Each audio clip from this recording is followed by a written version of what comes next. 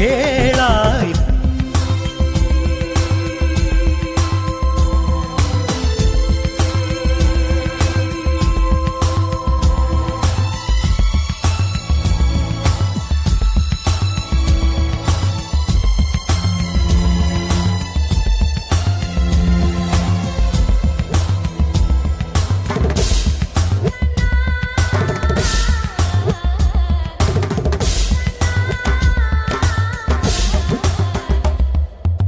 நிலவை தட்டி தட்டி செய்து வைத்த சிற்பம் ஒன்று கண்டேன்.